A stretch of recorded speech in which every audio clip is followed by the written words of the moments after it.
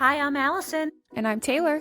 And we're the hosts of the Anxiety Chicks podcast, where we dive deep into the reality of anxiety, nutrition, and mental health. Listen as we explore all things anxiety healing while keeping it real, including our own struggles with mental health. We'll bring our expertise as healing professionals to the conversation while discussing the tools and strategies you need to heal the anxious mind. Listen to the Anxiety Chicks on the iHeartRadio app, Apple Podcasts, Spotify, or wherever you get your podcasts. Hi, everyone. Welcome back to the Anxiety Chicks podcast. I'm Allison Sepanera. And I'm Taylor. And today we are going to be talking about the fear of the what if disease. Allison, what does that sound like to you? Okay, well, I mean, listen, how far do you want me to go down a rabbit hole? Because this is my bread and butter as a cognitive behavioral therapist. Sorry, I'm fixing my hair because I feel like I look like a hot mess.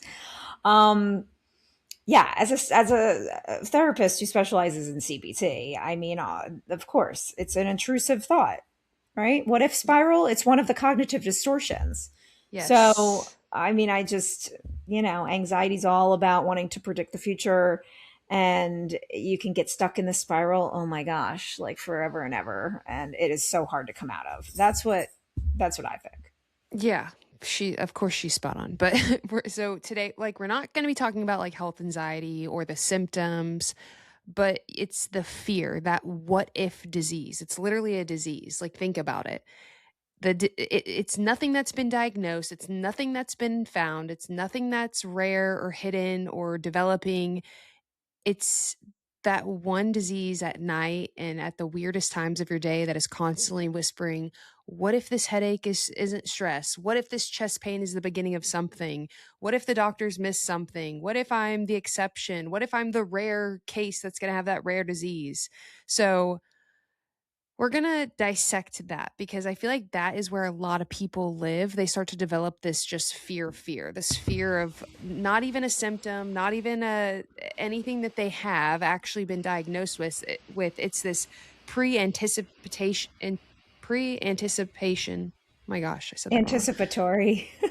Pre-anticipatory anxiety about what if. Like, it's living in that prediction, trying to predict the brain, because your brain's primary job is prediction, right? Like, I feel like our brain constantly scans for patterns in order to anticipate threats before they happen. That's what's called, predictive coding. It's, if you've studied anything on the brain is so interesting to me. I don't know about you, but like in the last year, I've just really enjoyed learning about the brain. And I'm sure if you've listened to any of our podcasts before, we've talked about the amygdala, and it's the threat detection center. Basically, it flags uncertainty as potential danger, and your brain would rather be wrong and safe rather than right and dead. Does that make sense? Like, your brain, that's how bad our bodies want to protect us. So when it encounters like unexplained sensations, a symptom, body changes, uncertainty, it doesn't say, oh, that's probably nothing. It says, oh gosh, we need to scan this situation harder. So that's called threat amplification. And when the threat category is illness, the brain becomes hyper focused on worst case interpretation. So we have this intolerance for uncertainty. And when you struggle with an anxiety disorder, it's even louder. That hyper awareness and that hyper focus of worst case interpretation, it's just constantly firing those what if thoughts. So research, what Allison does, cognitive behavioral psychology, shows that people with health anxiety have this elevated intolerance to uncertainty. And wouldn't you agree that almost every patient you see has that? It's one of the root causes of mostly every single person I see. I mean, it's all from different experiences in life and different trauma, but sitting with uncertainty of very, very uncomfortable feelings is, oh gosh. I mean, it's something that's why I always say that healing is a lifelong process, because you do get, your body starts knowing how to get used to sitting with the discomfort of it. It does, but it still doesn't go away. Yes. So there's Yes. unpredictability there. That's always going to be unpredictability. And that's when, your brain goes haywire. Anyway, go on. You would probably say what most of your patients struggle to sit with the thought of maybe. Oh my gosh, of course. That's pretty much what unpredictability means, right? Yes. Yes. Yeah. They, Whereas I like mean, yeah. my husband could chill with maybe, like, yeah, maybe. You know what I mean? So it's like, that's why even normal blood tests or normal scans still feel like a statistical probability to somebody who struggles with that, because there's still that maybe. It's not factual. And that's why people who, back to like health anxiety specifically, I talk from my own experience, getting test after test, it's a short-term relief because there is that little piece in your brain where there's a probability that something can be missed, and there will always be. There is no certainty with medicine, unfortunately. Yeah. So doctors rule out the likelihood, but there's just no guarantee. So Yeah. yeah. Yeah. I just want to add to um, the difficulty of factual, of a brain, an anxious brain that really feels regulated when they have facts. Because in my career, I have seen, I mean, gosh, I've been doing this for like over 20 years at this point, but I've worked with so many kids that are gifted, and actually adults that have been children that were in the gifted program, and that were very high performing Mm-hmm. children and adults as well. And their brain, it's almost as if their brain can't really conceptualize emotions, because emotions aren't, there is no A plus B equals C with Mm-hmm. emotions. So I always explain it to the kids like, all they want is for me to say, okay, well, A plus B equals not sad anymore, right? Or A Mm-hmm. plus B equals your anxiety goes away. And that Mm-hmm. is literally not the way that our brain, our mental health and emotions work that way. So it's a really, really hard concept for people with those specific types of brains, especially kids that are really, really highly intelligent. When they have uncomfortable emotions, they almost like don't know how to handle. My nephew is like that. It's very hard for him to know how to verbalize how he's feeling and like what he's thinking about, because like the feelings don't pertain to any kind of factual thing going on. It's Yeah. so interesting. And then they're so smart that it's like, well, I can't just feel this way for no reason. So there has to be a reason. And we're smart enough to figure out what the reason is. So, like you said, we should be able to find out the A plus B equals C. We should know what that is. And then you get Yeah. more frustrated in your head when you don't have that. And Mm-hmm.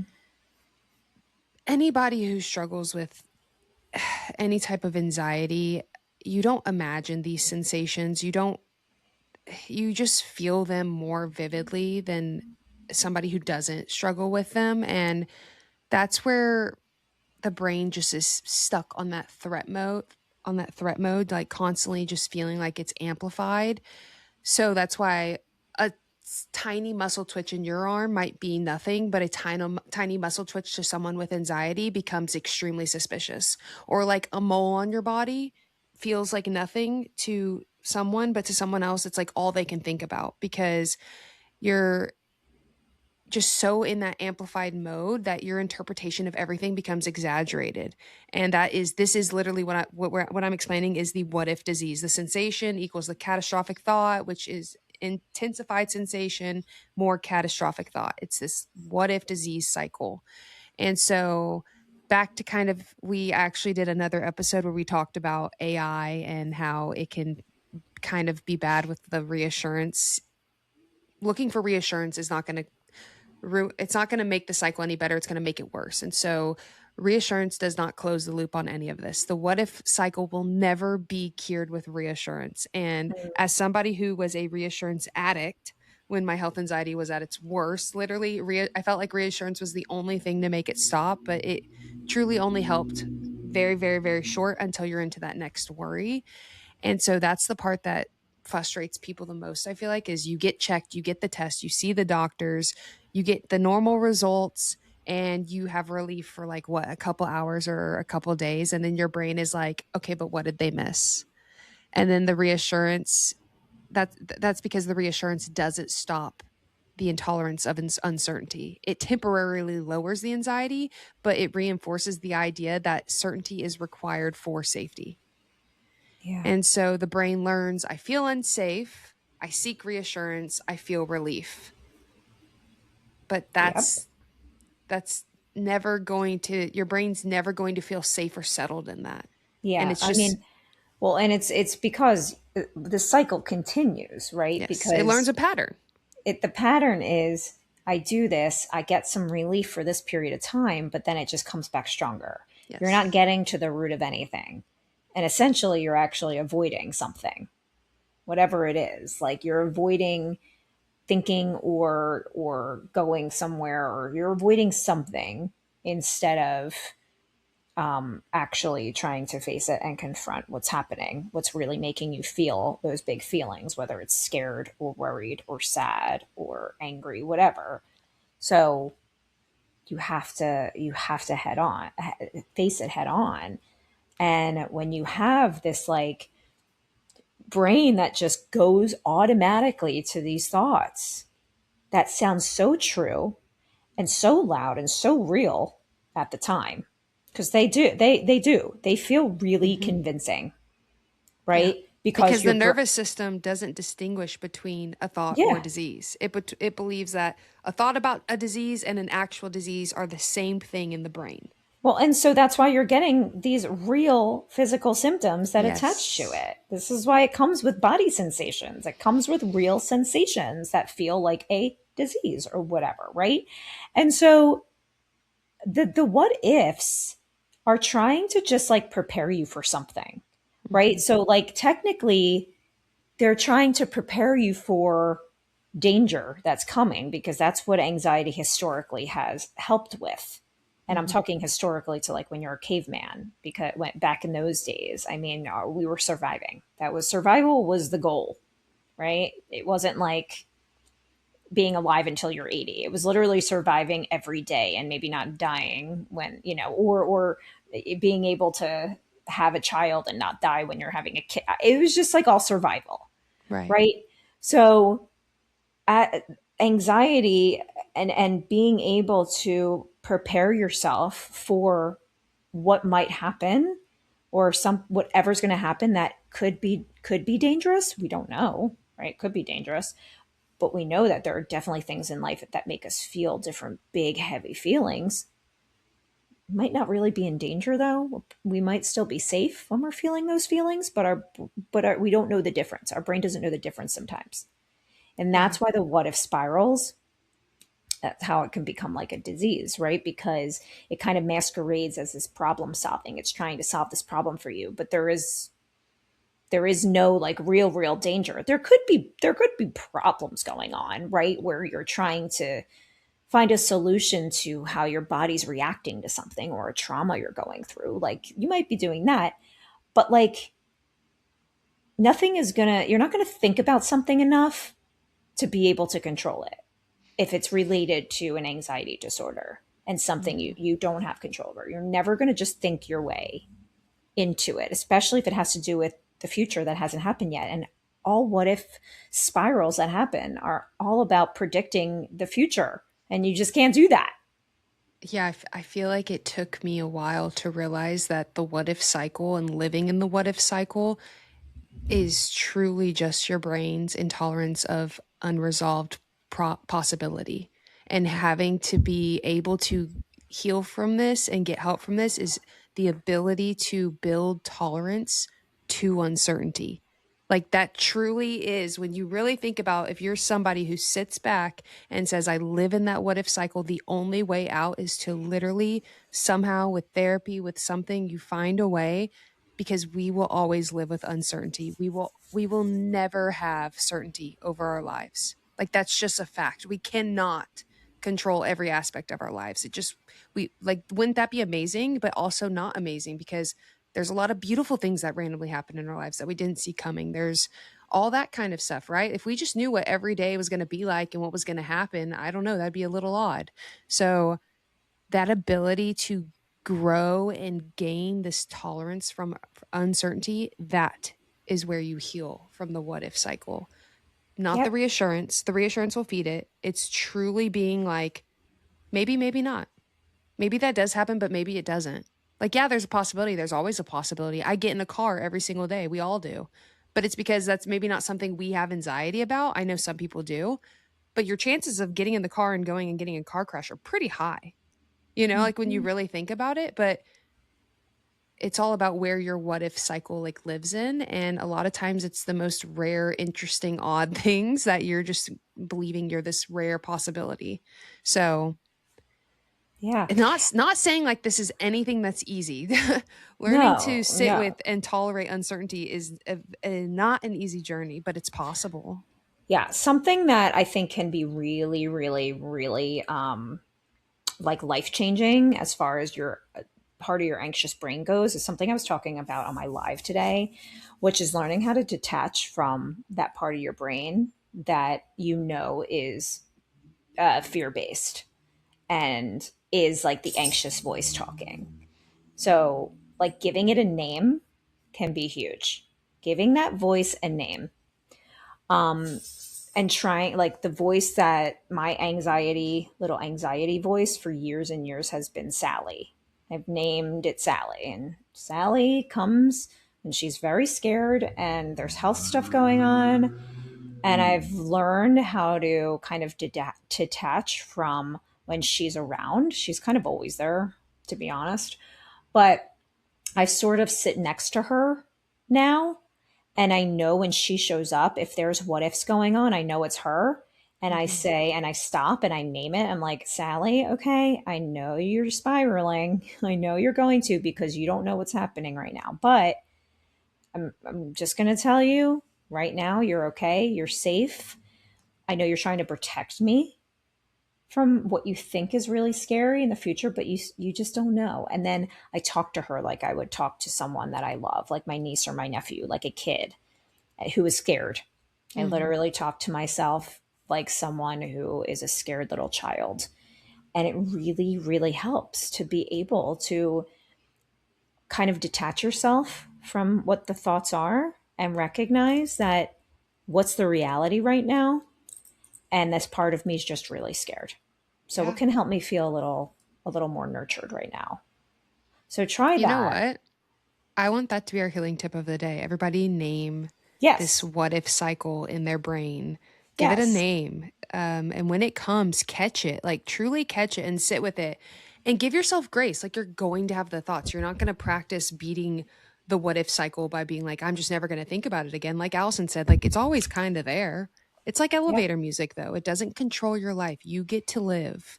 It's Yeah. there, but you get to choose to live, and you get to say, hey, Sally, I see you and I hear you and I know you want the best for me. And you just love this life so much that you want us to keep living and you're trying to protect us. But I'm good right now. I don't Yep. really need you there. But like, thank you. Exactly. And the more that you're able to do that in real Yeah. time and have a conversation with that voice, you're going to start trusting yourself a little more and being able to actually Yes. live instead of like living in this like past or present kind of like alternate reality because it's not Mhm. reality. And So, that's when you feel safety truly within your body, and a safe body enjoys and feels calm. When you're not in a safe body and you feel calm, you can't enjoy it and truly live in it. So the more you do this, like Allison said, you get to a point where you trust your body. And when you trust your body, you feel that safety. When you feel that safety, you can enjoy the calm. mic drop. Yeah. All right, I love this episode. Name your what if.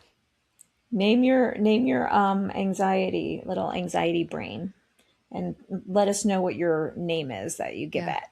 Curious. All Okay. right. Well, we'll see you guys next week. All right. Bye.